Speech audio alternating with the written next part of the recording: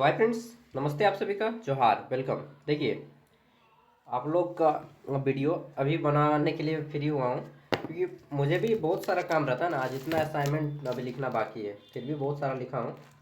ठीक, चलिए आगे बढ़ते हैं। और अभी भी जस्ट डॉक्टर घर से आए हैं इंजेक्शन लेके। तो सर्दी खांसी का मौसम का ना फीवर आ गया है। बारिश में आप लोग भी मत भींजिएगा। तो आज हम लोग बात करने वाले हैं अंडरस्टैंडिंग इंडिया। इसका पूरा सिलेबस देखेंगे। ठीक, अंडरस्टैंडिंग इंडिया में देखिए, दो गो वीडियो में ही हम पूरा सिलेबस आपका कंप्लीट कर देंगे। दो वीडियो, 25-29 सेशन और आने वाले फ्यूचर के सभी सेशन के लिए। सेमेस्टर 1 50 मार्क्स का एग्जाम होगा, ऑब्जेक्टिव एग्जाम होगा। 50 क्वेश्चन आएंगे हिंदी इंग्लिश दोनों भाषा में। पहला यहाँ पे यूनिट 1। ठीक, इंट्रोड्यूसिंग इंडिया। दूसरा यूनिट है आपका the knowledge system of India. तीसरा यूनिट है द इंडियन इकोनॉमी। और चौथा है द क्या है आपका मेकिंग ऑफ कंटेम्प्रेरी इंडिया। तो ये 4 यूनिट है। आज हम लोग 2 यूनिट करने वाले हैं, यूनिट 1 और यूनिट 2। ओके, अब मैं बता देता हूँ आपको पहले थोड़ा सा इंट्रोडक्शन कि इसमें क्या होगा।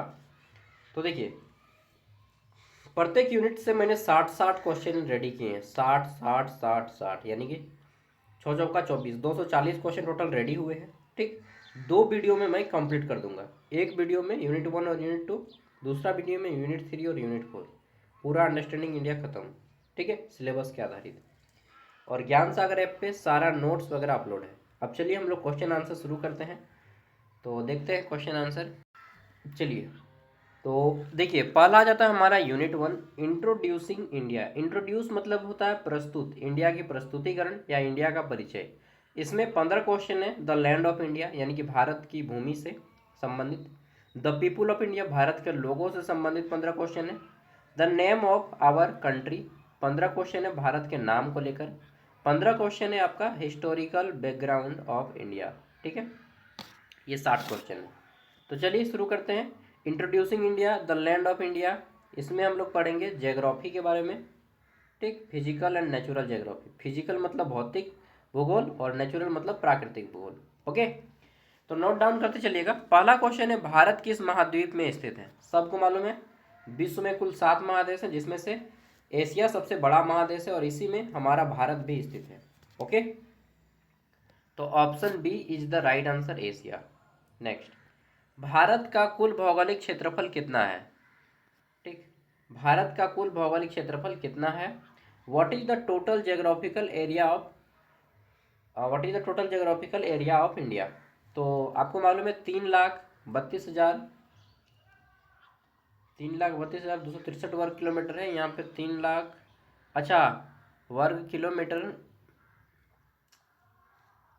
3,32,000 होता है यार। यहाँ पे 3,28,000 लिखा है, तो यही सामने में है। तो ऑप्शन ए को ही हम लोग टिक लगाएंगे, 3,32,000। टिक, 263 वर्ग किलोमीटर है।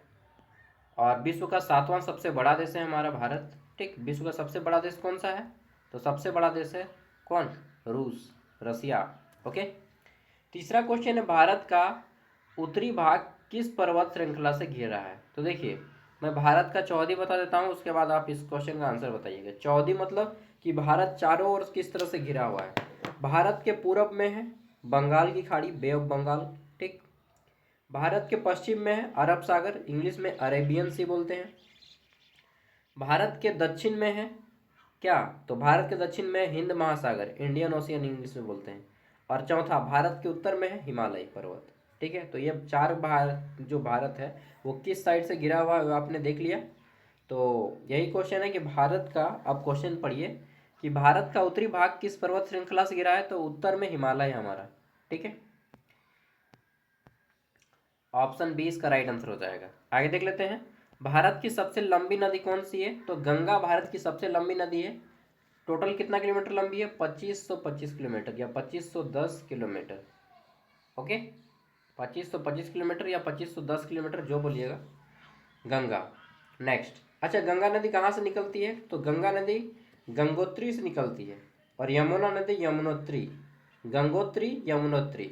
ओके, चलिए नेक्स्ट, और गोदावरी को दक्षिण भारत की गंगा कहते हैं। इसको भी जान लीजिए, गोदावरी को दक्षिण भारत की गंगा कहते हैं। नर्मदा मध्य प्रदेश की जीवन रेखा कही जाती है, नर्मदा नदी। चलिए आगे देखते हैं, इतना आपको नहीं बताएंगे, नहीं तो फिर बोलिएगा कि भैया बहुत ज़्यादा ओवरलोड हो जाएगा। नेक्स्ट, अगला जाता है भारत के दक्षिण में कौन सा महासागर है। तो अभी मैंने बताया कि भारत के पूरब में बंगाल की खाड़ी है, पश्चिम में अरेबियन सी है, ठीक, उत्तर में हिमालय पर्वत है और दक्षिण में हमारा इंडियन ओशियन है। तो इंडियन ओशियन, हिंद महासागर, ऑप्शन 20 का राइट आंसर हो जाएगा। नेक्स्ट, भारत का सबसे बड़ा मरुस्थल कौन सा है जो कि राजस्थान और गुजरात के एरिया में आता है। तो भारत में है थार डेजर्ट, थार मरुस्थल, ठीक, राजस्थान और कुछ एरिया इसका गुजरात का भी आता है। भारत की जलवायु मुख्यतः किस प्रकार की है। तो भारत में जो है ना उष्णकटिबंधीय मानसूनी जलवायु है। कैसा, उष्णकटिबंधीय मानसूनी जलवायु यहाँ पे पाई जाती है। नेक्स्ट क्वेश्चन है कि भारत की सबसे ऊंची पर्वत चोटी कौन सी है। तो कंचनजंगा भारत की सबसे ऊंची पर्वत चोटी है, ठीक, और हिमालय का ही एक पार्ट है कंचनजंगा, ये आपको सिक्किम में मिलेगा। ओके, भारत का सबसे बड़ा पठार कौन सा है। तो भारत का सबसे बड़ा पठार है दक्कन का पठार। पठार किसको कहते हैं, तो जमीन से थोड़ा सा ऊंचाई पे स्थित होता है पठारी क्षेत्र, जैसे कि पूरा का पूरा झारखंड, छोटा नागपुर का पठार, ठीक, और रांची का पठार और हजारीबाग का पठार में है स्थित। उसी तरह से दक्षिण भारत दक्कन के पठार में स्थित है। और विश्व का सबसे बड़ा पठार है, किसको बोलते हैं, तिब्बत का पठार, दुनिया के छत कहा जाता है। तो भारत में दक्कन का पठार है, यानी कि दक्षिण भारत इसमें स्थित है। नेक्स्ट, भारत के पूर्व में कौन सी खाड़ी स्थित है। तो अभी मैंने बताया कि भारत के पूर्व में क्या है, बंगाल की खाड़ी, bay of Bengal. Okay, next, Bharat के पश्चिम में कौन सा सागर स्थित है। तो भारत के पूर्व में बंगाल की खाड़ी, पश्चिम में अरेबियन सी यानी कि अरब सागर स्थित है, ऑप्शन है। नेक्स्ट, भारत का सबसे बड़ा डेल्टा कौन सा है। तो सुंदरवन डेल्टा है। क्या है सुंदरवन डेल्टा, गंगा ब्रह्मपुत्र डेल्टा को ही सुंदरवन डेल्टा कहा जाता है। ओके, और ये गंगा नदी और ब्रह्मपुत्र नदी के मिलने से डेल्टा बनती है। नेक्स्ट, भारत में मॉनसून कब आता है। तो आपको मालूम है कि जून के दूसरे सप्ताह में या जून के प्रथम सप्ताह में मॉनसून की शुरुआत होती है, जून का प्रथम या दूसरा सप्ताह, ठीक है। भारत की सबसे बड़ी झील कौन सी है। तो भारत की सबसे बड़ी झील है, कौन सी झील, ये वुलर झील, और ये कहाँ पे, जम्मू कश्मीर में, ठीक, वुलर झील जम्मू कश्मीर में है। चिल्का झील ये कहाँ पे, ये उड़ीसा में, और यहाँ पे इंडियन नेवी का ट्रेनिंग भी होता है। नेक्स्ट, अच्छा, भारत का सबसे बड़ा प्रपात है गरसोपा प्रपात, जो कि कर्नाटक में है, ठीक। भारत का राष्ट्रीय पशु कौन सा है। तो भारत का राष्ट्रीय पशु बाघ है, बंगाल टाइगर, ठीक। भारत का राष्ट्रीय वृक्ष, यहाँ पे मैं राष्ट्रीय वृक्ष वगैरह के बारे में बता देता हूँ, ठीक, थोड़ा सा सबके बारे में।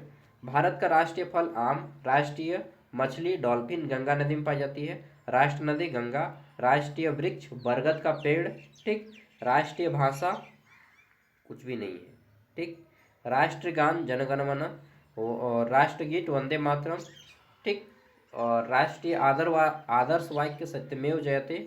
इसके अलावा और क्या बोलिएगा, हाँ, राष्ट्रीय मिठाई जलेबी, हो गया ना, और कुछ है राष्ट्रीय, हाँ, राष्ट्रीय पक्षी मोर, सबको तो मालूम है, ठीक। राष्ट्रीय सांप, सांप नहीं होता है भाई, फिर भी आप नाग को बोल सकते हैं, जिसको किंग कोबरा बोलते हैं। ओके, इतना ही राष्ट्रीय, और क्या राष्ट्रीय, राष्ट्रीय औषधि गिलोई, बस हो गया। तो इतना ही राष्ट्रीय है, और बहुत सारा है लेकिन मुझे इतना ही याद है। आगे देख लेते हैं। नेक्स्ट, अब यहाँ पे पार्ट यूनिट 1 का ही पार्ट 2 शुरू होता है, जिसमें हम लोग करेंगे the people of India, Bharat के लोग कैसे हैं, भारत के लोग हैं, भारत के लोग कैसे हैं, बीडीएस के हैं, बीडीएस के समझते हैं ना, हाँ, बीडीएस के हैं, भारत के लोग जनसंख्या में नंबर 1 हो गए हैं देश पे, ठीक, काम का ना काज का, दुश्मन है अनाज का ना। भारत में आर्यों का आगमन कब हुआ। आर्य मध्य एशिया से आए थे, और ये 1500 ईस्वी पूर्व में इनका आगमन माना जाता है। ओके, नेक्स्ट, भारत में आने वाले जो यूनानी थे ग्रीक देश के, का नेतृत्व किसने किया। तो इनका करते हैं अलेक्जेंडर, कौन, अलेक्जेंडर, जिनको हिंदी में सिकंदर कहते हैं, ठीक है। नेक्स्ट, कुषाण वंश का प्रसिद्ध शासक कौन था? तो कनिष्क जो है कुषाण वंश का प्रसिद्ध शासक है। कनिष्क, कौन? कनिष्क, हाँ कनिष्क। आगे देख लेते हैं नेक्स्ट। शकों का मूल निवास कहाँ पे है? तो शक जो है ये मूल निवास कहाँ से है? यूरोप, चीन, अफ्रीका, ये मध्य एशिया से आए हैं यार, मध्य एशिया। ठीक है, सेंट्रल एशिया से शक आए हैं और आर्य भी मध्य एशिया से आए हैं। भारत में इस्लाम का प्रवेश किसके माध्यम से होता है? तो भारत में जब अरब आक्रमणकारी आते हैं, ठीक, अरब आक्रमणकारी, तब भारत में इस्लाम धर्म की स्थापना होती है। Okay, next. भारत में तुर्कों का आगमन कहाँ होता है? तो सॉरी, तुर्क जो है भारत में 12वीं शताब्दी में आते हैं, 12th सेंचुरी में। ठीक, तुर्क। अगला जाता है, भारत में मुगल साम्राज्य की स्थापना किसने की? तो बाबर जो है भारत में मुगल साम्राज्य की स्थापना करते हैं। इन्होंने प्रथम युद्ध लड़ा, पानीपत का युद्ध। पानीपत का प्रथम युद्ध 1526 में होता है और 1526 में प्रथम युद्ध के बाद बाबर ने भारत में तोप का प्रयोग किया, तोप। ठीक है, और भारत में मुगल साम्राज्य की स्थापना की। और सबसे प्रसिद्ध मुगल राजा कौन थे? तो अकबर। ठीक, नेक्स्ट। मुगल वंश की सबसे प्रसिद्ध सम्राट कौन थे? तो अकबर, ये हो गया। यूनानियों ने भारत को, अच्छा ताजमहल किसने बनाया? तो देखिए भाई, आप लोग कंफ्यूज मत होइएगा। ताजमहल, ओके, ताजमहल और लाल किला, दिल्ली का लाल किला और ताजमहल, ये दोनों एक ही आदमी ने बनाया है, शाहजहां। ठीक, सबसे पहले आता है बाबर। बाबर का बेटा होता है अकबर। अकबर का बेटा होता है हुमायूं। हुमायूं का बेटा होता है कौन? यही शाहजहां। हुमायूं, बाबर, अच्छा सॉरी मैं गलत बताया क्या? हाँ, सबसे पहले आता है बाबर। बाबर का बेटा हुमायूं होता है, अकबर नहीं। बाबर, बाबर का बेटा हुमायूं, हुमायूं का बेटा होता है अकबर। ठीक, अकबर का बेटा होता है जहांगीर, ठीक, जिसको सलीम बोलते हैं। और जहांगीर का बेटा होता है शाहजहां। शाहजहां का बेटा औरंगजेब, हालांकि 3-4 गो था, लड़के औरंगजेब बचता है। और अंतिम मुगल सम्राट हैं बहादुर शाह जफर टू। ठीक है, आप बोलिए भैया मुझे अपना दादा वगैरह का इतना मालूम नहीं, इसको क्या याद करेंगे यार, हैं मत याद करो। चलिए, यूनानियों ने भारत को किस क्षेत्र में योगदान दिया? तो यूनानी किस क्षेत्र में योगदान दिए थे? यूनानी गांधार कला में योगदान दिए। ठीक है, ये मूर्ति कला, ओके, कला और मूर्ति कला में बहुत ज़्यादा आर्किटेक्चर इन्होंने बना के दिखा दिया भारतीयों को, और भारतीय इससे मूर्ति कला का निर्माण सीख गए। भारत की संस्कृति किस प्रकार की है? तो भारत की जो संस्कृति है हमारी विविधता में एकता है। मतलब भैया कि हर चीज़ हमारा भिन्न है, भाषा अलग है प्रत्येक राज्य का, प्रत्येक राज्य का संस्कृति अलग है, खान पान अलग है, पहनावा अलग है। ठीक है, फिर भी हम में एकता है। ठीक, इसी को बोलते हैं डाइवर्सिटी इन यूनिटी। नेक्स्ट, हमारा धर्म भी अलग है, फिर भी हम एक हैं। भारत में पारसियों, भारत में जो फारसी है, फारसी का प्रभाव मुख्यतः किस क्षेत्र में दिखाई देता है? तो ये भाषा और संस्कृति। फारसी, फारसी भाषा का प्रयोग करते हैं और जो है उनकी कल्चर भी थोड़ा सा अलग है। ठीक है, जैसे कि एक कहावत है, हाथ कंगन को आरसी किया और पढ़े लिखे को फारसी किया। ठीक है, नेक्स्ट, भारत में सबसे पहले इस्लामी शासन किसने किया? तो भारत में जो प्रथम इस्लामी शासन था वो कौन था? मोहम्मद बिन कासिम। ठीक, मोहम्मद बिन कासिम भारत का प्रथम मुस्लिम आक्रमणकारी कहा जाता है। 712 ईस्वी में इन्होंने सिंध पर विजय प्राप्त किया था। नेक्स्ट, भारत में विभिन्न जातियां और संस्कृति के मिश्रण से क्या बनता है? तो भारत में विभिन्न जाति और संस्कृति से हमारी भारतीय संस्कृति बनती है। ओके, इंडियन कल्चर जो है विभिन्न जाति, धर्म, संस्कृति से मिलने से बनती है। मुगलों ने भारत में किस क्षेत्र में महत्वपूर्ण योगदान दिया? तो मुगल जो हैं ये आर्किटेक्चर यानी कि वास्तुकला में बहुत ज़्यादा योगदान देते हैं। अगला है, भारत की संस्कृति किससे विकसित हुई? तो भारत की जो संस्कृति है ये विकसित होती है विभिन्न संस्कृतियों का मिश्रण से। ठीक, विभिन्न संस्कृतियों के मिश्रण से भारत की संस्कृति क्या होती है? तो निर्मित होती है। अब यहाँ से हमारा यूनिट 1 का पार्ट 3 शुरू होता है। क्या? The name of our country. ठीक है, तो आपने सुना होगा भारत का अलग अलग नाम है। कोई बोलता है हम हिंदुस्तानी हैं, कोई बोलता है हम भारतीय हैं, कोई बोलता है हम इंडियन, ठीक है। कोई बोलता है भरत खंडे आर्यावर्ते, ठीक है। आपने सुना वो रामायण में क्या बोलते हैं, जम्बू द्वीपे, जम्बू द्वीप कोई बोलता है, भरत खंडे आर्यावर्त एक नगरी है, विख्यात अयोध्या नाम की हम कथा सुनाते राम लखन, वो है ना राम गुणधाम की। तो लव कुश जो बोलते हैं उसमें जम्बू द्वीप का प्रयोग किया गया है, अगर आपने सुना होगा। मैं जब सुन रहा था फर्स्ट टाइम पे तो सुना कि जम्बू द्वीप पे भरत खंडे आर्यावर्ते, ठीक है। तो मैं सर्च किया कि जम्बू द्वीप किसका नाम है, तो देखा कि अरे भारत का ही नाम है जम्बू द्वीप।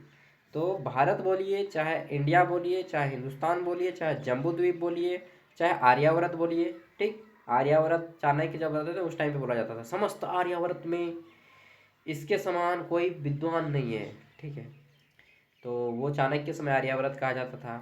भारत अभी कहा जाता है, इंडिया अंग्रेजों ने कहा, हिंदुस्तान जब मुस्लिम आक्रमणकारी आए तब, और सबसे प्राचीन काल में जम्बू द्वीप कहा जाता था, ठीक है। तो चलिए जानते हैं भारत के नाम के बारे में। देखिए, भारत का नाम का संबंध किस प्राचीन राजा से जुड़ा हुआ है, तो राजा भरत से जुड़ा हुआ है, भरत। अब बोलिएगा भरत ये कौन है भैया, भरत नहीं जानते हैं, भरत वही जो तुम्हारे घर के पीछे में घर है इसका। भारत वही है जो शिशु मंदिर में एक बच्चा को देखें, जो बच्चा शिशु मंदिर में शेर के साथ खेलता हुआ दिखाई देगा आपको, इस तरह से शिशु मंदिर वाला लोगो, इसमें एक बच्चा रहता है और शेर खेलता है, ठीक है। तो वही है भारत। चलिए दिखा देते हैं आपको इमेज। ठीक है, ये है राजा भरत जो कि शेर के पीठ में बैठे हुए, देख रहे हैं, शेर के पीठ में बैठे हैं ना। आपने ये फोटो शिशु मंदिर में देखा होगा, शिशु मंदिर का जो स्कूल होता है उसमें ये फोटो रहता है, यही है। मैं बचपन में सोच रहा था कि ये बच्चा शेर के साथ लड़ रहा है, नहीं, ये बच्चा शेर का दांत गिन रहा है, ठीक है। तो ये है राजा भरत, इन्हीं के नाम पे भारत देश का नाम पड़ा, ठीक। और ये कब की बात है भैया, तो ये जो है ना महाभारत की कथा से संबंधित है, महाभारत, ठीक। भारत शांतनु, फिर आता है क्या जो है गंगापुत्र भीष्म, उसके पिता दो को विवाह करते हैं, इस तरह से आता है, ठीक है। तो ये चलता है। तो भारत के माता और पिता का क्या नाम था, भारत के माता का नाम था शकुंतला और पिता का नाम था राजा दुष्यंत, ठीक। अब नेक्स्ट क्वेश्चन है, जम्बूद्वीप शब्द का उल्लेख किस धर्म में है, तो जम्बूद्वीप जो शब्द है ये हिंदू धर्म में ही मिलेगा, सिंपल सा आंसर है, लेकिन पुराण में, किस धर्म ग्रंथ में, पुराण में। अब भैया भैया तो पुराणों की संख्या कितनी है, 18 को पुराण है, जैसे गरुड़ पुराण, मत्स्य पुराण, वायु पुराण, विष्णु पुराण, ठीक है। तो इस तरह से 18 पुराण है, वेद 4 गो है, ठीक। नेक्स्ट आगे देख लेते हैं, सिंधु शब्द का संबंध किससे है, तो देखिए सिंधु जो है सिंधु नदी से बना है। सिंधु को इंग्लिश में इंडस कहा जाता है, और इंडस से नाम पड़ा इंडिया, इंडस से नाम पड़ा इंडिया, और सिंधु से नाम पड़ा हिंदू, ठीक है। सिंधु नदी से नाम पड़ा हिंदू, और इंडस से इंडिया। सिंधु शब्द नदी से जुड़ा हुआ है जिसका नाम इंडिया बना, ठीक है। इंडिया शब्द किस भाषा से आया है, तो इंडिया जो है ये कैसा भाषा है, फारसी, ग्रीक या संस्कृति, तो ये आपका एक ग्रीक भाषा है। ग्रीक मतलब क्या होता है, ग्रीक जिसको हिंदी में यूनानी बोलते हैं, ठीक। तो यूनानी जब आए तो यहाँ पे इंडिया बोलना है इन्होंने, और ये प्रचलित तब होता है जब अंग्रेज लोग आते हैं। अब हिंदुस्तान शब्द किस भाषा से आया है, तो ये फारसी भाषा का शब्द है हिंदुस्तान, ठीक। फारसी भाषा में हिंदू का स्थान, ठीक। और हिंद का स्थान, हिंद जो है सिंधु नदी से बना है, इंदु, इंदु से बना हिंदू, हिंदू से बना धर्म बोलते हैं हिंदू, लेकिन हिंदू धर्म नहीं है, सनातन धर्म है, ओके। तो हिंद जोर स्थान यानी कि हिंदुओं का स्थान, और हिंदू किससे बना है, सिंधु नदी से। तो पूरा का पूरा खेल सिंधु नदी का ही है। भारत के संविधान में देश का आधिकारिक नाम क्या है, तो भारत का संविधान देश का आधिकारिक नाम है भारत, दैट इज इंडिया। संविधान में क्या कहा गया, Bharat that is India, Bharat या इंडिया, ठीक है, union of states. Next, Indus शब्द का संबंध किससे है, तो इंडस रिवर है, सिंधु नदी को ही इंग्लिश में इंडस रिवर कहते हैं।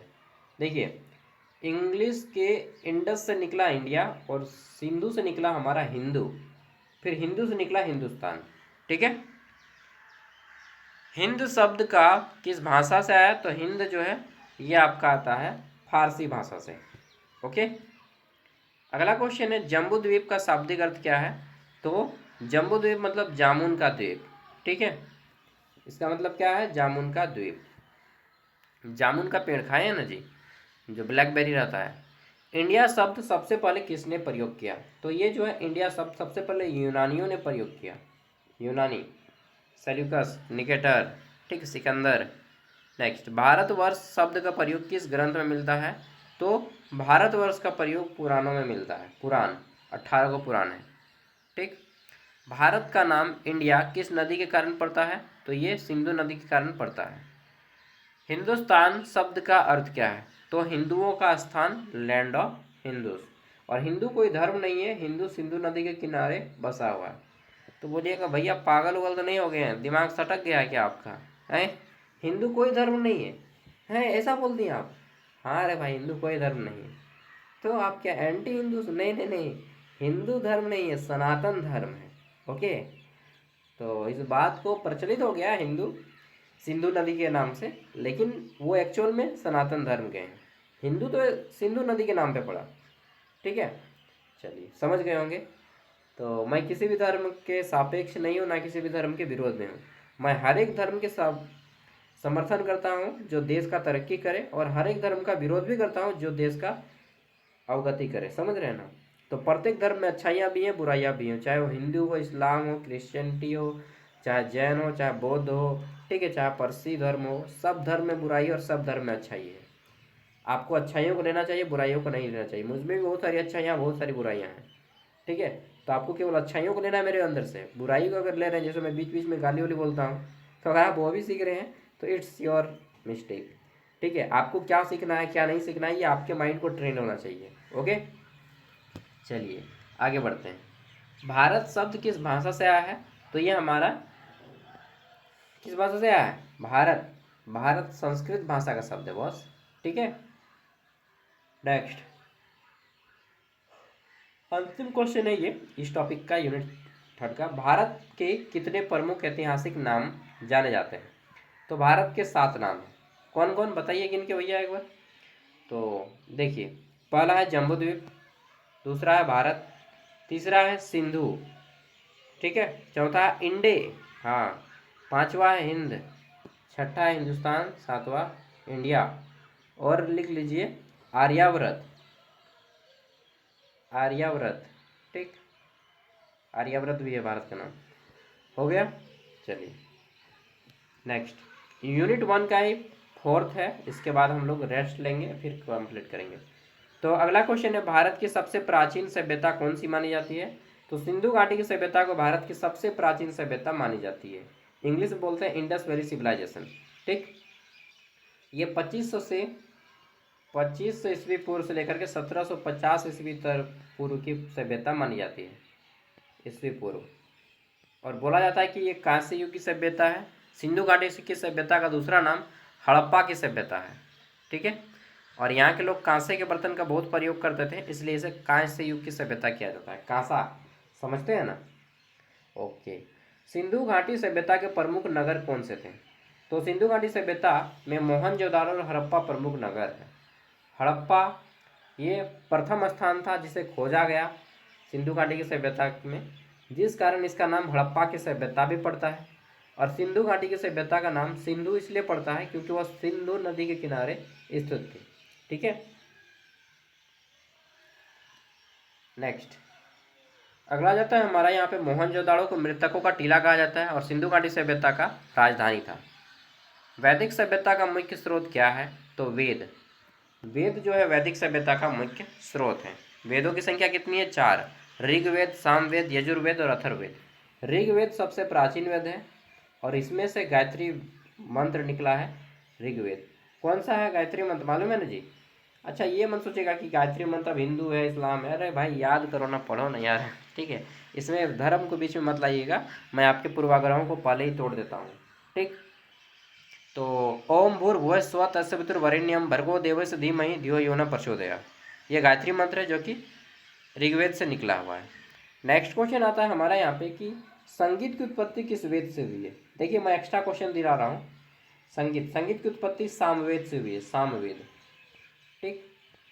यजुर्वेद से जड़ी बूटी, यजुर्वेद जड़ी बूटी, और अथर्ववेद से तंत्र विद्या का प्रयोग होता है, अथर्ववेद तंत्र विद्या। ठीक है। आप लोग क्या बोलते हैं? बोलते हैं डाइन लकीरी आए, तो सब वही सब तो है तंत्र विद्या। ठीक, झाड़ फूक। चलिए, मौर्य साम्राज्य के संस्थापक कौन है? तो मौर्य साम्राज्य के संस्थापक है चंद्रगुप्त मौर्य। ठीक। किनको मार के किया? तो नंद वंश के अंतिम राजा धनानंद थे, उनको मार के करते हैं। और किसकी सहायता से करते हैं? तो चाणक्य। चाणक्य का वास्तविक नाम विष्णुगुप्त है। सम्राट अशोक किस वंश के राजा थे? तो चंद्रगुप्त मौर्य का नाती था, नाती। ठीक है। सम्राट अशोक जो है चंद्रगुप्त मौर्य के नाती थे, मौर्य वंश। अच्छा, सम्राट अशोक के पिता का नाम क्या था? तो बिंदुसार। हम लोग एक गाली देते हैं सार, बिंदु मतलब होता है बिंदु, सबको मालूम है, इसमें सार लिख दीजिए, बिंदुसार। बिंदुसार अशोक के बाप, और बिंदुसार का बाप था चंद्रगुप्त मौर्य, यानी कि चंद्रगुप्त मौर्य का बेटा हुआ बिंदुसार, बिंदुसार का बेटा हुआ अशोक। समझे? ओके। अशोक मौर्य वंश के महान राजा थे। ठीक। और अशोक के समय ही कलिंग का युद्ध होता है। अशोक ने बौद्ध धर्म का बहुत प्रचार किया। नेक्स्ट आता है, गुप्त काल को किस नाम से जाना जाता है? तो भारत का स्वर्णिम काल कहा जाता है गुप्त काल को, गोल्डन एज। ओके। क्योंकि गुप्त काल में ही भारत इतिहास सबसे ज़्यादा तरक्की करता है। अब आ जाता है नालंदा विश्वविद्यालय। नालंदा विश्वविद्यालय किस काल में प्रसिद्ध हुआ? तो नालंदा विश्वविद्यालय जो है प्रसिद्ध होता है ये गुप्त काल में। ठीक। देखिए मैं नालंदा विश्वविद्यालय और तक्षशिला विश्वविद्यालय इस सब के बारे में थोड़ा सा इतिहास बताता हूँ। विक्रमशिला विश्वविद्यालय तो भारत का नहीं पूरे विश्व का सबसे पुराना विश्वविद्यालय है तक्षशिला विश्वविद्यालय। तक्षशिला कहाँ पे है? वर्तमान पाकिस्तान में है। ये पाकिस्तान के हिस्से में चला गया 1947 के बाद से।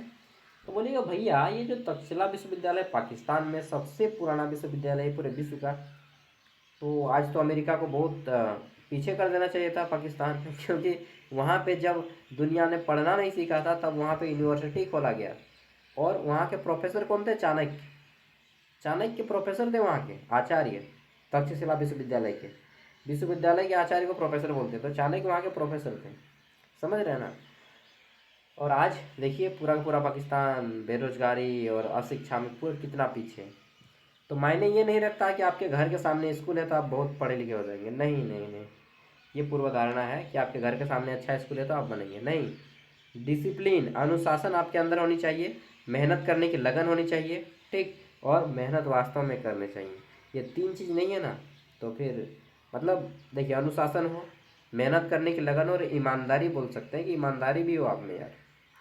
तीन चीज़ नहीं है तो फिर आपके घर के सामने कि आपके खुद बाप मास्टर होंगे तो भी आप नहीं पढ़ पाएंगे। माफ़ कीजिएगा, बुरा लगता होगा but it's reality our society. Okay. तो दूसरा आता है तक्षशिला विश्वविद्यालय पाकिस्तान में था। एक है नालंदा विश्वविद्यालय। नालंदा विश्वविद्यालय वर्तमान जो हमारा बिहार आता है, बिहार में स्थित, अभी भी चल रहा है। हाँ हाँ, ये ओपन यूनिवर्सिटी अभी भी नालंदा विश्वविद्यालय चल रहा है। लेकिन जब प्राचीन काल में चलता था तो यहाँ पे बौद्ध धर्म की शिक्षा दी जाती थी। किसकी? बौद्ध धर्म की। बौद्ध धर्म की भैया, हाँ। तो बौद्ध धर्म की जब शिक्षा दी जाती थी तो हिंदू धर्म वाले ना बहुत जलनशील होते हैं, और इस्लाम धर्म वाले भी बहुत जलनशील होते हैं। तो हिंदू धर्म और इस्लाम धर्म ने मिल के, ठीक, एक राजा आता है बख्तियार खिलजी। बख्तियार खिलजी आता है, देख रहा है कि ये यूनिवर्सिटी है, हाँ, कौन सा पढ़ाई जा रहा है? तो बौद्ध धर्म की शिक्षा दी जा रही है। अरे भाई बख्तियार खिलजी, हम है हिंदू, इस्लाम धर्म का। हिंदुओं ने भी बोला कि नहीं नहीं यार, हमारे इलाके में बौद्ध धर्म का पढ़ाई हो रहा है, या तो हिंदू धर्म का पढ़ाई दो या फिर इस्लाम धर्म का। ठीक है, बौद्ध धर्म का शिक्षा मत दो। तो बख्तियार खिलजी के साथ, इस्लाम धर्म के साथ कुछ हिंदुओं ने मिलकर बौद्ध धर्म के उस विश्वविद्यालय को तहस नहस कर दिया और जला दिया। ठीक है, तो हिंदू और इस्लाम दोनों ने मिल के ये तक्षशिला विश्वविद्यालय को तहस नहस किया। ठीक है, बख्तियार खिलजी के साथ कुछ हिंदू भी मिले थे और दोनों ने बौद्ध धर्म को तोड़ दिया। बौद्ध धर्म के संस्थापक आपको मालूम है गौतम बुद्ध। तो ये बोला मैंने, नालंदा विश्वविद्यालय को तोड़ दिया किसने? बख्तियार खिलजी ने। क्यों? क्योंकि वहाँ पे बौद्ध धर्म की शिक्षा दी जा रही थी। ठीक। हाँ, तो किसने तोड़ा? बख्तियार खिलजी ने। लेकिन इनका साथ हिंदुओं ने भी दिया था, क्योंकि हिंदू भी थोड़ा सा उस टाइम माइंड सेट किया था कि नहीं, ये बौद्ध धर्म आगे नहीं बढ़ना चाहिए। शुरू में बौद्ध धर्म और जैन धर्म को बहुत क्रिटिसाइज किया गया था, हिंदू धर्म वाले बहुत क्रिटिसाइज किए थे। ठीक है, मैं शुरू से बता दे रहा हूँ, मैं किसी भी धर्म के पक्ष में नहीं हूँ, मैं सर्व धर्म समभाव के मापदंड को लेकर चलता हूँ, और एक टीचर होने के नाते मुझे तटस्थ रहना है, किसी भी धर्म के पक्ष में नहीं लेना है। ठीक है, तो ये हो गया, इसलिए नालंदा विश्वविद्यालय को तहस नहस किया। अब बात आती है कि नालंदा विश्वविद्यालय को बनाया किसने। तो एक राजा थे, बहुत फेमस राजा है, कुमारगुप्त प्रथम। क्या नाम है? कुमारगुप्त। कुमारगुप्त प्रथम, कुमारगुप्त प्रथम ने ये नालंदा विश्वविद्यालय को बनाया था। ठीक, एक विश्वविद्यालय बनता है ये बिहार में ही, उसका नाम है तक्षशिला, सॉरी यार, विक्रमशिला विश्वविद्यालय। विक्रमशिला विश्वविद्यालय, एक राजा थे, राजा धर्मपाल। राजा धर्मपाल, उन्होंने नालंदा विश्वविद्यालय को देख के ही बिहार में ही दूसरा विश्वविद्यालय, ये विश्वविद्यालय स्थापित किया था।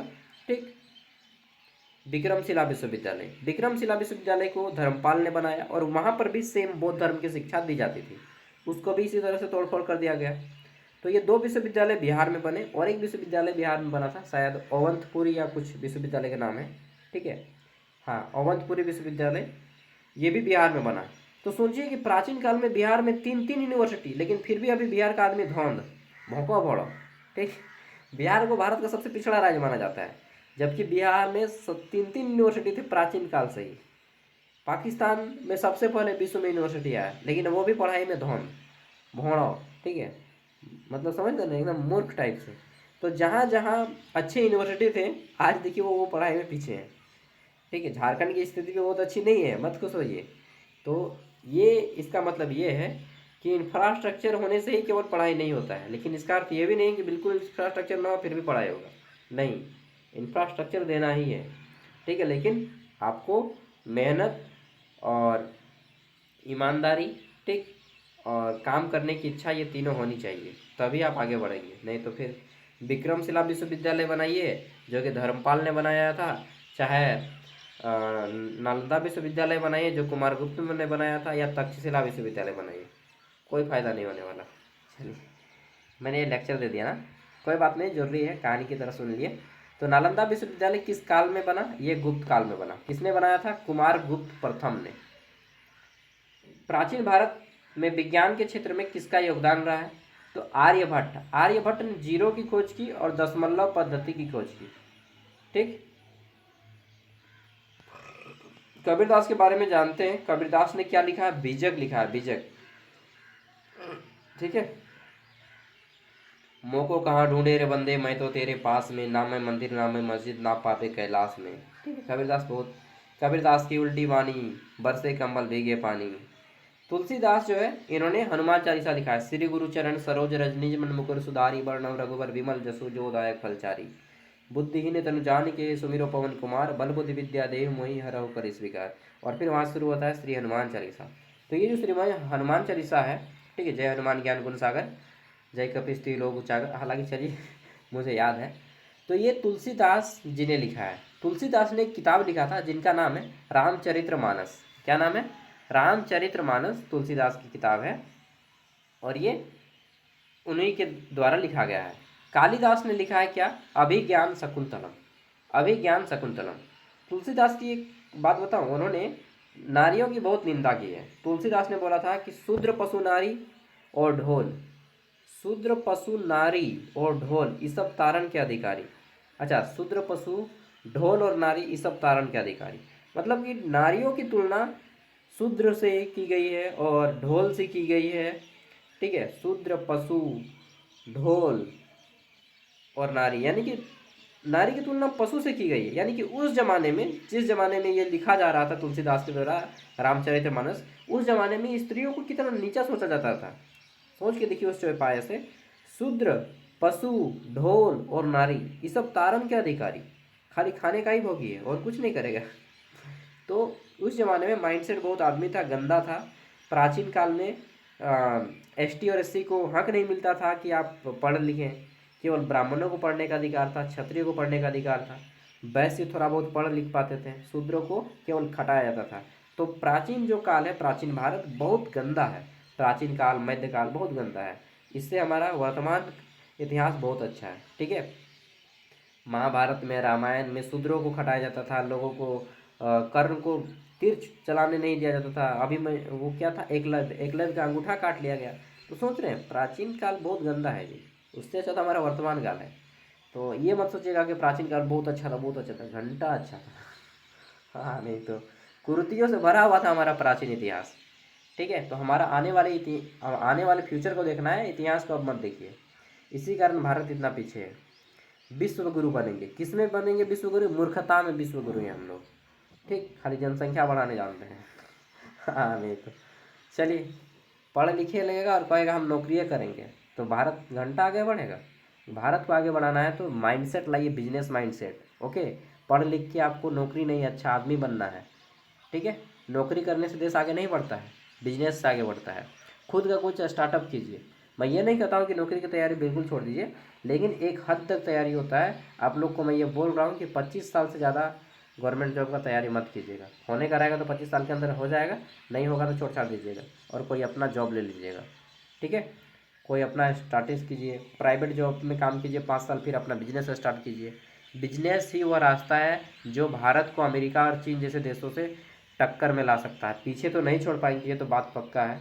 ठीक है, लेकिन टक्कर में लाना है तो पहले बिजनेस की ओर मुख करना पड़ेगा। प्राचीन भारत में आयुर्वेद के प्रमुख ग्रंथ कौन से हैं? चलिए, अब मैं ज़्यादा डीलिंग नहीं दूंगा।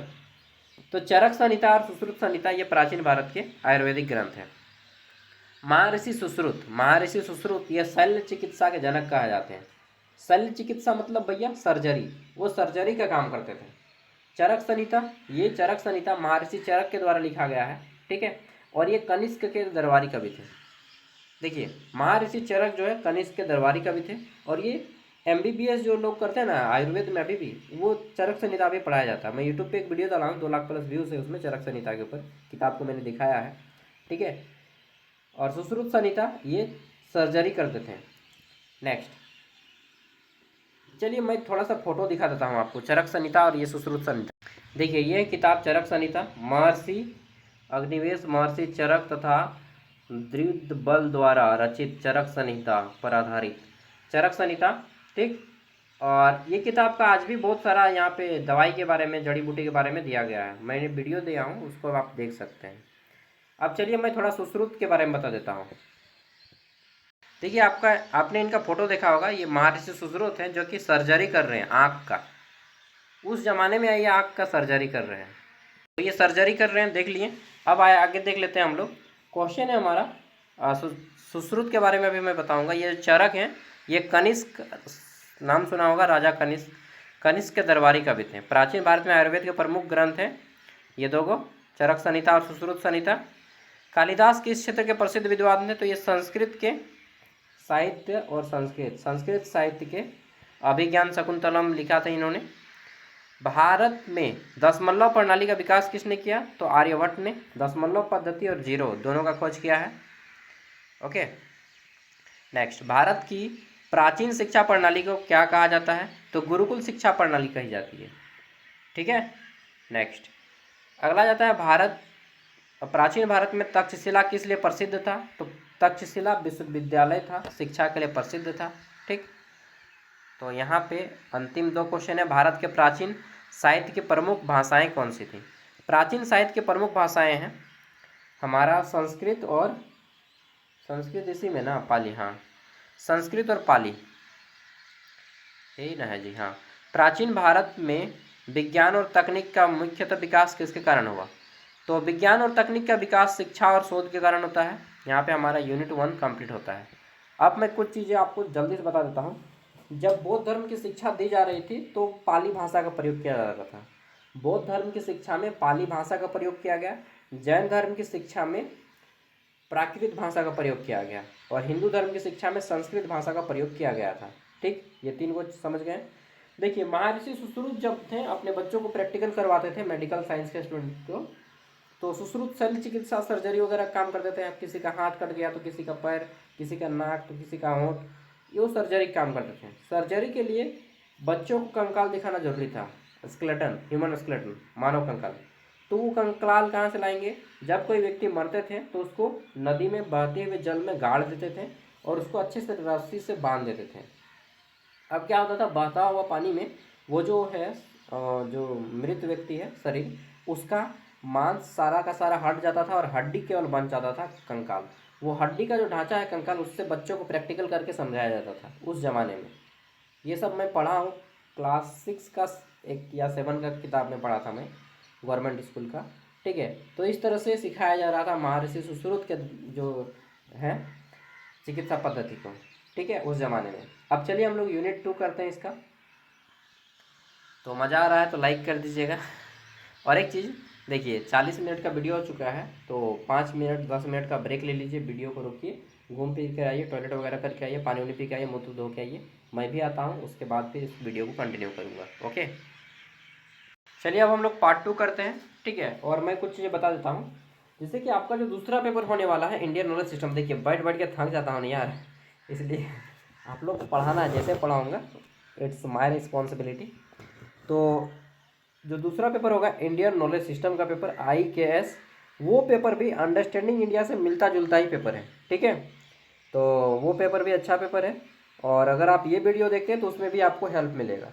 और ज्ञान सागर ऐप अगर आप इंस्टॉल करते हैं तो आपको सारा का सारा PDF वहाँ पे मिलेगा, सारा नोट्स मिलेगा और PYQ मिलेगा, ऑल सेमेस्टर, केवल सेमेस्टर 1 का नहीं और या सेमेस्टर 2 का नहीं, कंप्लीट ग्रेजुएशन का नोट्स मिलेगा सिर्फ 60 रुपये में 4 साल तक। ठीक है, चलिए अब आगे बढ़ जाते हैं। तो अगला हमारा क्वेश्चन है, गुरुकुल शिक्षा प्रणाली का मुख्य उद्देश्य क्या है? गुरुकुल शिक्षा प्रणाली, यहाँ पे पहले टॉपिक तो बता दो रे भाई। तो देखिए ये यूनिट 2 है, इसमें हम लोग टॉपिक 1 करने वाले हैं, ट्रेडिशनल नॉलेज सिस्टम। ठीक है, गुरुकुल, ठीक, पाठशाला, टॉल्स और मकतब और मदरसा। ठीक है, तो पहला क्वेश्चन है, गुरुकुल शिक्षा प्रणाली का मुख्य उद्देश्य क्या था? तो नैतिक और आध्यात्मिक विकास, नैतिक और आध्यात्मिक विकास, moral and spiritual development. Next, gurukul में छात्र कहाँ रहते थे? तो गुरुकुल में छात्र जो है गुरुकुल में ही रहते थे, आश्रम में रहते थे। शिक्षक के घर में, शिक्षक के घर को आश्रम कहा जाता था। ठीक है, at the teachers house. Gurukul छात्र गुरु के आश्रम में रहकर शिक्षा प्राप्त करते थे। ठीक, नेक्स्ट, प्राचीन भारत में पाठशाला किस प्रकार की संस्था थी? तो प्राचीन भारत में जो पाठशाला थी वो कैसी थी? पाठशाला वो प्राथमिक विद्यालय था, विश्वविद्यालय था, या तकनीकी विद्यालय, या सैन्य विद्यालय? तो प्राथमिक विद्यालय था। ठीक है, पाठशाला प्राथमिक विद्यालय। विश्वविद्यालय प्राचीन भारत में भी था, लेकिन वो विश्वविद्यालय ही था उस टाइम में भी। टोल किस प्रकार की शिक्षा संस्था है? तो टोल जो है आपको एक संस्कृत उच्च शिक्षा संस्थान को कहा जाता है। ठीक है, टोल क्या है? संस्कृत के उच्च शिक्षण संस्थान को टोल कहते हैं। ठीक है, जहाँ पे संस्कृत के विद्वान मिले जाते हैं। नेक्स्ट, अगला है, मकतब में किस प्रकार की शिक्षा दी जाती है? तो मकतब जो है यहाँ पे प्राथमिक शिक्षा दी जाती है। मकतब में प्राथमिक शिक्षा, पाठशाला में भी प्राथमिक शिक्षा। ठीक, मकतब इस्लाम धर्म में शिक्षा दिया जाता है, मकतब पहले उसके बाद मदरसा, पहले मकतब उसके बाद मदरसा। हिंदू धर्म में पहले पाठशाला उसके बाद स्कूल उसके बाद फिर विश्वविद्यालय। मदरसा किस प्रकार की संस्था है? तो ये जो है एक हायर एजुकेशन है। ठीक, इस्लामी शिक्षा केंद्र है। जैसे 1 to 5 को हम लोग पाठशाला बोलते हैं, इस्लाम में उसको मकतब बोलिएगा, और फिर स्कूल को जो होता है 9 10, ठीक, उसको मदरसा बोलिएगा। ओके, नेक्स्ट, गुरुकुल प्रणाली में शिक्षक को क्या कहा जाता था? तो गुरु कहा जाता था या आचार्य? गुरु भी कहा जाता है, ठीक है, गुरुदेव, आचार्य दोनों कहा जाता था। यहाँ पे बोथ होना चाहिए, लेकिन अगर दोनों ऑप्शन में आए तो गुरुकुल लिखिएगा, क्योंकि गुरुकुल है ना तो गुरु ही होगा ज़्यादा अच्छा। गुरुकुल शिक्षा प्रणाली किस सिद्धांत पर आधारित थे? तो ये जो है गुरु शिष्य परंपरा पे आधारित थी, गुरु और शिष्य के परंपरा पर बंधे हुआ था गुरुकुल शिक्षा प्रणाली। प्राचीन शिक्षा में सबसे अधिक किस विषय का अध्ययन किया जाता था? तो वेद और शास्त्र का अध्ययन किया जाता था, वेद, पुराण, उपनिषद। ठीक है, खगोल विज्ञान, गणित, ये सब का अध्ययन करवाया जाता था, राजनीति। नेक्स्ट अगला जाता है हमारा क्वेश्चन क्या है, एक मिनट चलिए, अगला क्वेश्चन आता है हमारा यहाँ पे, गुरुकुल शिक्षा प्रणाली का मुख्य उद्देश्य क्या था? तो चरित्र का निर्माण था, कैरेक्टर बिल्डिंग था। नेक्स्ट अगला जाता है, मकतब और मदरसा किस धर्म से संबंधित शिक्षा संस्थाएं थी? तो ये जो है मकतब और मदरसा इस्लाम धर्म का है। ठीक। प्राचीन भारत में शिक्षा का माध्यम क्या था? तो संस्कृत था, संस्कृत। गुरुकुल प्रणाली में विद्यालय को किस प्रकार का जीवन जीना पड़ता था? ठीक, विद्यार्थियों को सादा जीवन जीना जीता था। ठीक है, और आज के विद्यार्थी कैसा जीवन जीते हैं? आज के विद्यार्थी जीवन जीते हैं ना। पहले गुरुकुल में क्या होता था कि देखिए, गुरुकुल में क्या होता था कि लड़कियां एक साइड में रहेंगी, लड़के एक साइड में रहेंगे।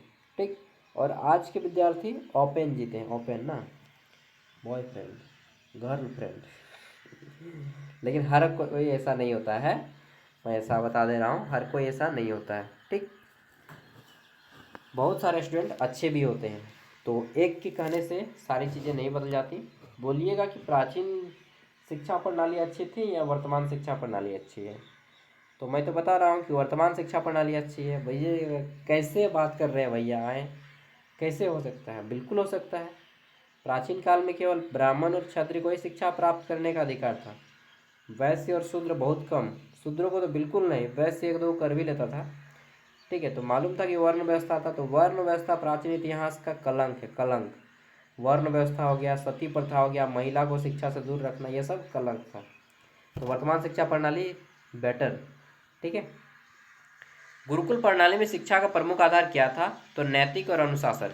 ओके, हाँ ये कुछ अच्छी चीज़ें हैं। पारंपरिक शिक्षा प्रणाली की सबसे बड़ी विशेषता क्या है? तो पारंपरिक जो शिक्षा प्रणाली है ये क्या करते हैं, हमें पारंपरिक शिक्षा गुरु प्रत्येक छात्र के, इसको सॉरी कंप्लीट हो जाता है हमारा यहाँ पे। Next the knowledge system of India. ठीक, अब मैं इसको कराने से पहले आपको ज्ञान सागर ऐप के बारे में बता देता हूँ। देखिए ये हमारा ज्ञान सागर ऐप, इसका लिंक आपको वीडियो के डिस्क्रिप्शन बॉक्स में मिल जाएगा और प्ले स्टोर में भी मिल जाएगा।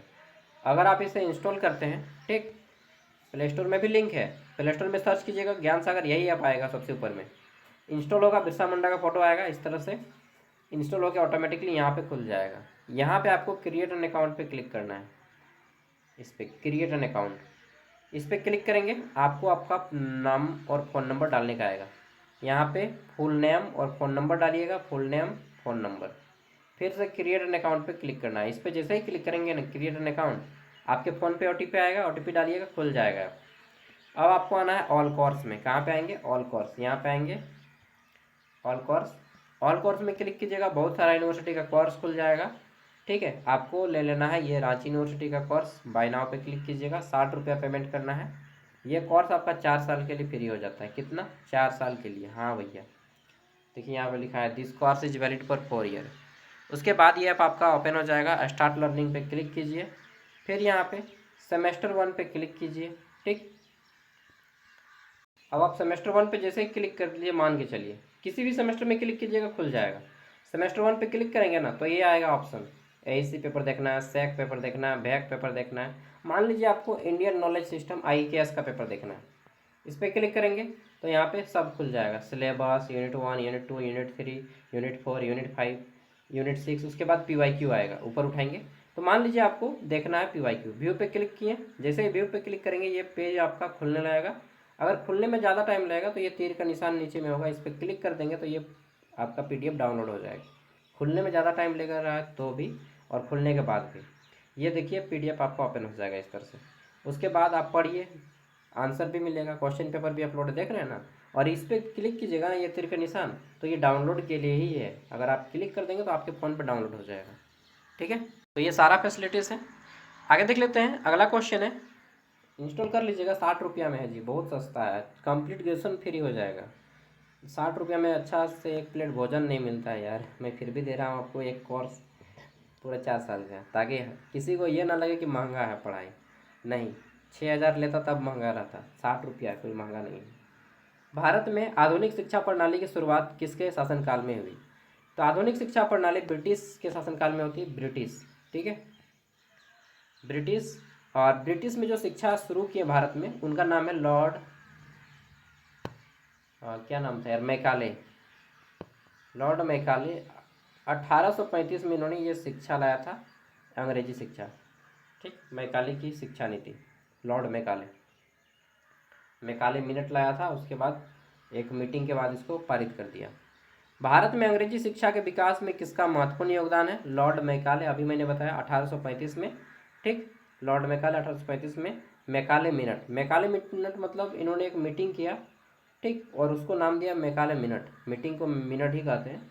तो मीटिंग में ये बोला गया कि भारत की जितने भी भाषाएं हैं ना, ये पिछड़ी हुई भाषाएं हैं, इसलिए अंग्रेजी में शिक्षा दी जाए। हालांकि अंग्रेजों का शासन था ना, तो वो अपना काम निकालने के लिए ऐसा कह दिए, और अंग्रेजी शिक्षा को पूरे भारत में लागू कर दिए। और लागू किए न किए, इस तरह से किए कि आज देखिए अंग्रेजी जो है भारत की नींव बन गई है यार। मैकाले मिनट किस वर्ष प्रस्तुत हुआ? 1835 में। 1854 में एक बहुत बड़ा कानून बनता है शिक्षा में, अंग्रेजी शिक्षा में। 1854 में वुड्स डिस्पैच बनता है, हालांकि इसका आंसर 1835 है, लेकिन 1854 में वुड्स डिस्पैच बनता है, ठीक। वुड्स डिस्पैच किस वर्ष जारी हुआ? 1854, अभी मैंने बताया। वुड्स डिस्पैच भारत में आधुनिक शिक्षा का मैग्ना कार्टा कहा जाता है, ठीक है, भारत में आधुनिक शिक्षा का मैग्ना कार्टा वुड्स डिस्पैच को कहा जाता है। सर वुड्स नाम था अंग्रेज का जिन्होंने ये लागू किया था। वुड्स डिस्पैच किस नाम से जाना जाता है? तो भारत का मैग्ना कार्टा, शिक्षा का मैग्ना कार्टा कहा जाता है इसे, ये भारत का मैग्ना कार्टा, ठीक। मैग्ना कार्टा का हिंदी होता है महान अधिकार, शिक्षा का महान अधिकार।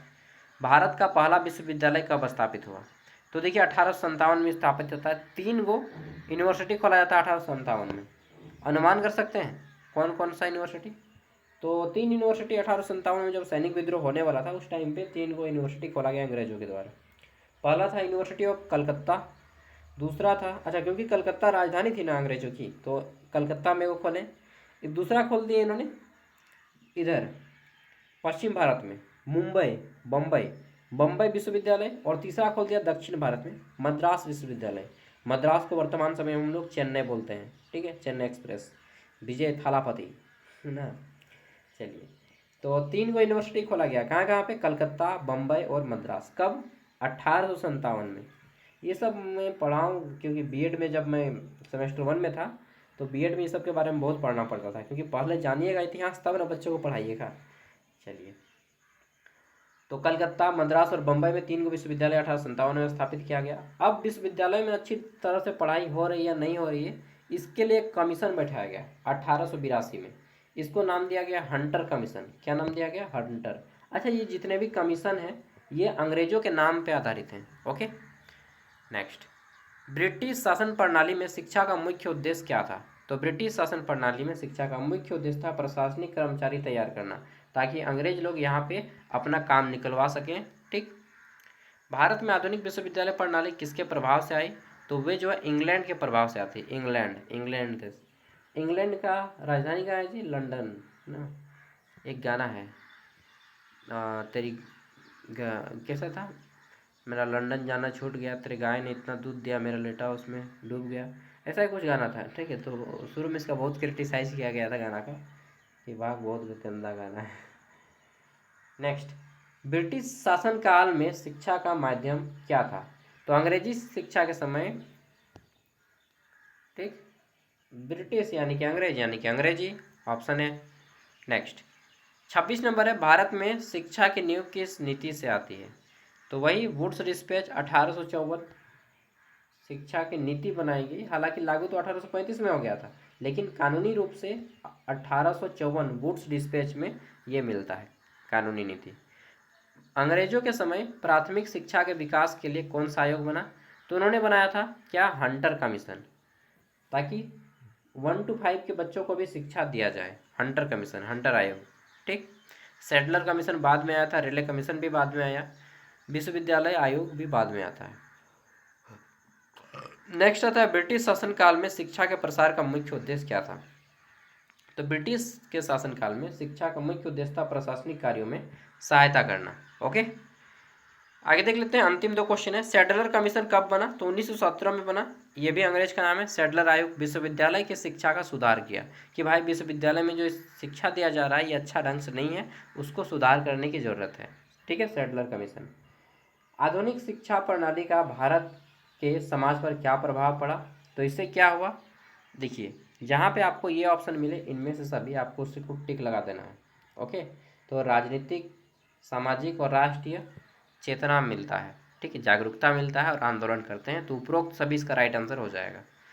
देखिए अब हम लोग टॉपिक 3 पढ़ने वाले हैं, बट मेरा माथा दर्द करने लगा है इतना पढ़ा पढ़ा के। ठीक है, 1 घंटा से प्लस हो गया ना, मैं थोड़ा सा रिलैक्स होके आता हूँ यार, आप लोग भी रिलैक्स हो लीजिए 5 मिनट। चलिए अब शुरू करते हैं यूनिट 3, यूनिट 2 का ही part 3, expansion of higher and technical education in India, यानी कि भारत में उच्च और तकनीकी शिक्षा का विकास। पहला क्वेश्चन है इसमें 31 नंबर, भारत में उच्च शिक्षा के विकास में किसका महत्वपूर्ण योगदान रहा है, तो विश्वविद्यालय का नाम दीजिएगा। हायर एजुकेशन के लिए यूनिवर्सिटी जानी जाती है, यूनिवर्सिटी। ठीक है, भारत का पहला तकनीकी संस्थान कौन सा था, तो आपको मालूम है आईआईटी खड़गपुर।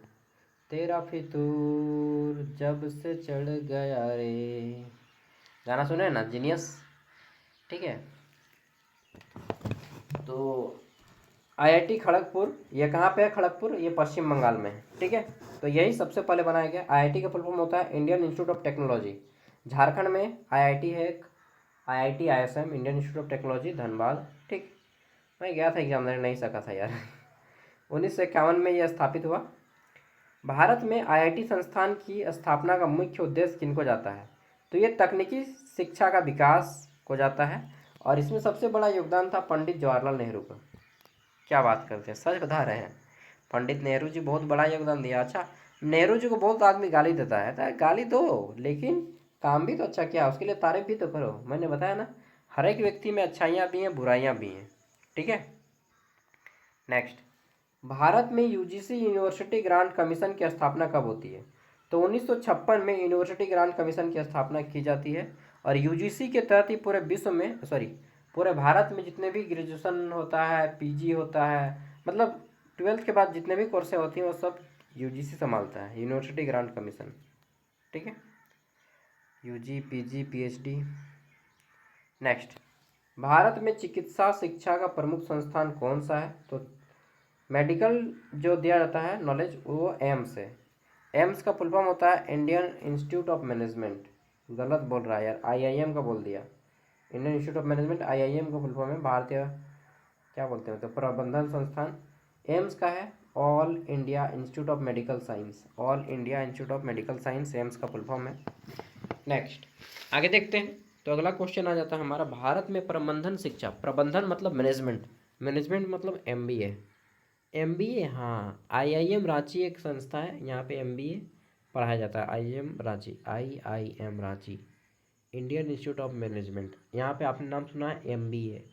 कैट एक एग्जाम होता है, कैट कॉमन एंट्रेंस टेस्ट, अच्छा सीईटी होता है ना, कॉमन एंट्रेंस टेस्ट, कैट के माध्यम से आप एमबीए कर सकते हैं आईआईएम में जाके। नेक्स्ट, भारत में तकनीकी शिक्षा के विकास के लिए कौन सी परिषद स्थापित है, अच्छा इंग्लिश में भी है, जो इंग्लिश में ज़्यादा कंफर्टेबल है वो इंग्लिश को कीजिएगा।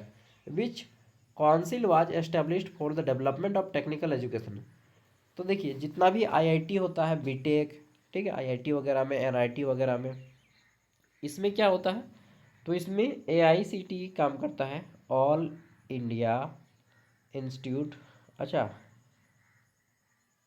काउंसिल फॉर टेक्निकल एजुकेशन इसका फुल फॉर्म होता है, ठीक, all India council for technical education. UGC UG PG को संभालती है, टेक्निकल का काम एआईसीटीई संभालता है, एआईसीटीई, यूजीसी यूजी पीजी और पीएचडी। आईसीएसएसआर का फुल फॉर्म होता है इंडियन काउंसिल फॉर, क्या होता है यार, Indian council for social science research. NCERT का फुल फॉर्म सब मालूम है, Indian council for, sorry national council of education research and training, इतना याद रखिएगा जी। हाँ, भारत में उच्च शिक्षा का सबसे बड़ा नेटवर्क किसके माध्यम से विकसित हुआ, तो हायर एजुकेशन का सबसे बड़ा नेटवर्क विश्वविद्यालय के माध्यम से विकसित होता है। नेक्स्ट, भारत में कृषि शिक्षा के लिए कौन से विश्वविद्यालय की स्थापना की गई, तो कृषि विश्वविद्यालय, झारखंड में भी एक कृषि विश्वविद्यालय है, बिरसा कृषि विश्वविद्यालय, Birsa agriculture university. Next 40 number, Bharat में राष्ट्रीय प्रौद्योगिकी संस्थान यानी कि NIT, national institute of technology, ठीक, NIT बनाया गया। झारखंड में भी NIT जमशेदपुर है। मैं NIT जमशेदपुर में काम किया हूँ, बाद में काम छोड़ दिया, मुझे काम पसंद नहीं आया तो, ठीक है, फील्ड इन्वेस्टिगेटर का वर्क कर रहा था, लेकिन मुझे 2-3 दिन काम किए, फिर लगा कि नहीं यार, मैं पढ़ाता ही ठीक हूँ, टीचिंग लाइन ही मुझे जाना चाहिए, तो छोड़ छाड़ के आ गया। भारत में उच्च शिक्षा का उद्देश्य क्या है? तो ज्ञान और कौशल का विकास करना, यह हायर एजुकेशन का उद्देश्य है। नेक्स्ट, भारत में शिक्षा और अनुसंधान को बढ़ावा देने वाले संस्थान को क्या कहा जाता है? जो शिक्षा और अनुसंधान को बढ़ावा देते हैं उसको विश्वविद्यालय बोलते हैं। ठीक, आप लोग किस विश्वविद्यालय का स्टूडेंट है? रांची विश्वविद्यालय। कब स्थापित हुआ रांची विश्वविद्यालय? 1960 में, जब झारखंड में एक भी विश्वविद्यालय नहीं था, तो पटना विश्वविद्यालय से अलग करके इसको बनाया गया था। ठीक, भीमराव अम्बेडकर विश्वविद्यालय, पटना विश्वविद्यालय। भारत में तकनीकी शिक्षा का नियमन कौन करता है? तो AICT। और जितने भी टीचर ट्रेनिंग कोर्स है ना, टीचर ट्रेनिंग जैसे कि DLED, BEd, ठीक है, MEd, वो एक है NCTE करता है, NCTE, national council for teacher education. और टेक्निकल एजुकेशन का all India council for technical education. Okay, Bharat में उच्च शिक्षा के विकास में किसका योगदान है? तो विश्वविद्यालय का, अनुसंधान का, उपरोक्त सभी मर दीजिएगा यार, उपरोक्त सभी, ऑल ऑफ दीजिए। भारत में तकनीकी शिक्षा के विकास का मुख्य उद्देश्य क्या है? तो तकनीकी शिक्षा के विकास का मुख्य उद्देश्य है तकनीकी और कौशल का विकास करना, ऑप्शन ए। आगे देख लेते हैं, अंतिम यूनिट है। बाप इतना लंबा वीडियो बना के ना मैं थक गया। राष्ट्रीय विकास में शिक्षक की क्या भूमिका होती है? तो विद्यार्थियों का मार्गदर्शन करना। अब मैं यहाँ पे ना आपको तुक्का मारने का ट्रिक बता देता हूँ, आप लोग पढ़ लीजिएगा यार। विद्यार्थियों का मार्गदर्शन करना, ठीक, ज्ञान प्रदान करना, चरित्र का निर्माण करना। शिक्षक का मुख्य कर्तव्य क्या है? तो शिक्षक का मुख्य कर्तव्य है ज्ञान देना, ठीक, व्यापार करना आज के शिक्षक का काम है, राजनीति करना वो आज के शिक्षक का काम है, उद्योग नहीं, तो ज्ञान देना शिक्षक का मुख्य कर्तव्य है। नेक्स्ट, शिक्षक समाज के लिए किस प्रकार का आदर्श प्रस्तुत करते हैं? तो शिक्षक जो है समाज के लिए कैसा आदर्श प्रस्तुत करते हैं? नैतिक, ठीक, नैतिक आदर्श। राष्ट्रीय शिक्षा नीति 1986 का मुख्य उद्देश्य क्या था? तो सार्वभौमिक शिक्षा यानी कि सभी के लिए शिक्षा, यूनिवर्सल एजुकेशन कहा जाता है। ठीक, नेक्स्ट 1986, ये जो है राष्ट्रीय शिक्षा नीति 1986 को किस वर्ष संशोधित किया गया? तो 1992 में इसको सुधार किया जाता है। ठीक, रिफॉर्म्स लाया जाता है 1992 में, और 1992 में सुधारा गया, फिर भी इसको 2020 में इसको फिर से लागू किया जाता है नया बना के। तो NEP 2020, नेशनल एजुकेशन पॉलिसी 2020 को लागू किया जाता है। ठीक, इसी के तहत आपका ग्रेजुएशन 4 साल का हो गया, पहले 3 साल का होता था। हम लोग ग्रेजुएशन 3 साल का किए हैं, हम किए हैं 19 से 22 सेशन में। NEP 2020 के अनुसार नई शिक्षा संरचना क्या है? तो नई शिक्षा जो संरचना है, पहले था 10+2+3, पहले इस तरह से 10वीं कक्षा पढ़ो, फिर 2 क्लास इंटरमीडिएट और 3 क्लास ग्रेजुएशन। अब क्या है? अब बदल गया है, अब है 5+3+3+4। ये क्या भैया, समझाइएगा थोड़ा। बिल्कुल समझाएंगे जी। तो 5 मतलब है कि यहाँ पे आप 3 साल पढ़िएगा आंगनबाड़ी में, 3 साल आंगनबाड़ी और 2 साल क्लास 1 और 2, ये 5 में छिपा है। क्लास 1-2 पढ़ लिए इस 5 में, फिर इधर 3 क्लास पढ़ लिए, तो 5 क्लास पढ़ लिए, फिर ये 3 क्लास पढ़ें तो 8 क्लास तक हो गया, और ये 4 क्लास पढ़ें फिर तो ये 12 क्लास तक हो गया, फिर 4 साल एक्स्ट्रा जोड़िए और तब जाके होता है आपका ग्रेजुएशन कंप्लीट। ओके, तो 5+3+3+4 ये आप संरचना तैयार किया गया है। और NEP 2020 को किसने तैयार किया था? तो उनका नाम था के कस्तूरिंगन, लिख सकते हैं आप, के कस्तूरिंगन। Okay okay. NEP 2020 का मुख्य उद्देश्य क्या है? तो NEP 2020 ये क्या करता है? समग्र शिक्षा देता है, होलिस्टिक एजुकेशन देता है। नेक्स्ट, NEP 2020 में किस प्रकार की शिक्षा पर जोर दिया जाता है? तो इसमें जो है बहु विषय, मल्टीपल सब्जेक्ट, जैसे कि आप लोग को पढ़ाया जा रहा है ना, इंडियन नॉलेज सिस्टम पढ़ाया जा रहा है, हिंदी पढ़ाया जा रहा है, मैथ पढ़ाया जाएगा सेमेस्टर 2 में, ठीक है। इसके अलावा अंडरस्टैंडिंग इंडिया पढ़ाया जा रहा है, MDC पेपर पढ़ाया जा रहा है। तो पहले ये सब नहीं था, पहले हम लोग क्या पढ़ते थे मालूम है, केवल कोर पेपर, मेजर पेपर जिसको बोलते हैं उसको कोर पेपर बोलते थे, और माइनर पेपर पढ़ते थे जनरल इलेक्टिव, बस हो गया। दो ही को पेपर, और एक हिंदी रहता था और एक इंग्लिश, बस। ठीक है। और एक बीच में एक पेपर आता था सेक पेपर, एक वो पेपर आता था सेक। इतना ही पढ़ना था, और वो भी सेमेस्टर 1 में एगो पढ़िए, सेमेस्टर 2 में एगो पढ़िए, 3 में एगो पढ़िए, उसके बाद सेमेस्टर 4 से अपना पेपर पढ़ना होता था 5 और 6। एक एक ही एक्स्ट्रा पेपर था, लेकिन अभी कितना एक्स्ट्रा पेपर हो गया है। तो इसी को बोलते हैं बहुविषयक शिक्षा। शिक्षक का समाज में क्या महत्व है, तो यह राष्ट्र निर्माण करता है। शिक्षक समाज में राष्ट्र का निर्माण करता है। ठीक। लेकिन एक चीज़ मैंने बताया था भैया, समाज सुधार भी है, शिक्षा का विकास भी, लेकिन जब आपका ये ऑप्शन आ जाए, इसको बोलते हैं सरकारी नौकरी। ठीक। उपरोक्त सभी सरकारी नौकरी लग गया, तो सरकारी नौकरी जहाँ पे ऑप्शन मिले उसको टिक लगा दीजिएगा। ठीक है। ये डी नंबर छोड़िएगा मत, अगर उपरोक्त सभी आ जाए, जहाँ जिस ऑप्शन में लिखा जाए बी और सी दोनों, उसको टिक लगाना है आपको। नेक्स्ट आता है एनईपी 2020 के अनुसार प्रारंभिक शिक्षा किस आयु में शुरू होनी चाहिए, तो 3 साल में शुरू हो जानी चाहिए आपका प्रारंभिक शिक्षा, जिसको आंगनबाड़ी बोलते हैं, आंगनबाड़ी।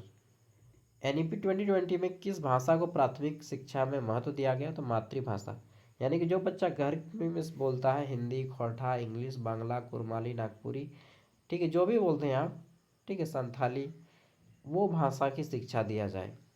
समझे, कक्षा 1 to 5 में।